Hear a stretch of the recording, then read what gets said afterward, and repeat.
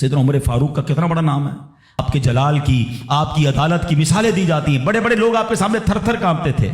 حضرت عمر کا حال یہ تھا، آپ کا گھر میں انداز کیا تھا کہ ایک شخص آیا کہ میں حضرت عمر کے پاس جاؤں اور بتاؤں میری بیوی جو ہے مجھ سے اس طرح بات کرتی ہے، اور میرا وہ انداز نہیں ہوتا جو شوہر کے سامنے ہونا چاہیے، ہوتا ہے گھروں میں ہو جاتا ہے۔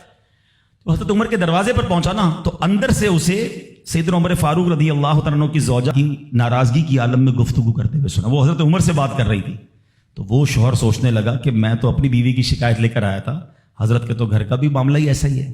تو وہ کہتے میں واپس ہونے لگا، حضرت عمر نے بلا لیا، کہا کیوں آئے تھے؟ تو کہا کہ میں تو حضرت اپنی بیوی کی شکایت کرنے آیا تھا، مگر میں آپ کے دروازے پر آیا، آپ کے گھر کا ماحول دیکھا تو میں سمجھ گیا ہم دونوں ایک ہی معاملے میں ہی ہیں، آپ کا بھی ویسا ہی حال ہے۔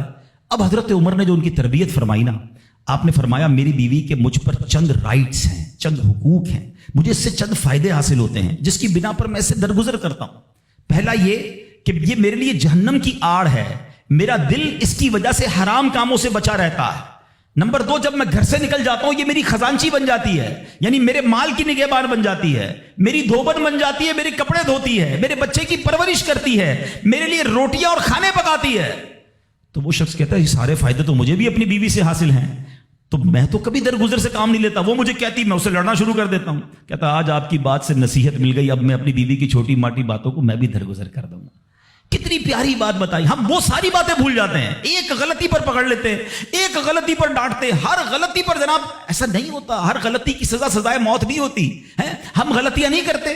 اگر جس طرح ہم اپنی بیوی کو اور غلطی پر ڈانٹتے وہ ڈانٹنا شروع کر دے پھر کیا حال ہوگا؟ تو ایسا نہ کرے، وہ بھی دل رکھتی ہے، ہم نے کسی انسان سے شادی کی ہے، کمپیوٹر سے نہیں کی، ٹھیک ہے نا؟ تو کمپیوٹر بھی آج کل وائرس آ جاتا ہے، تو وہ تو انسان ہے، غلطی ہو گئی، کوئی بات نہیں۔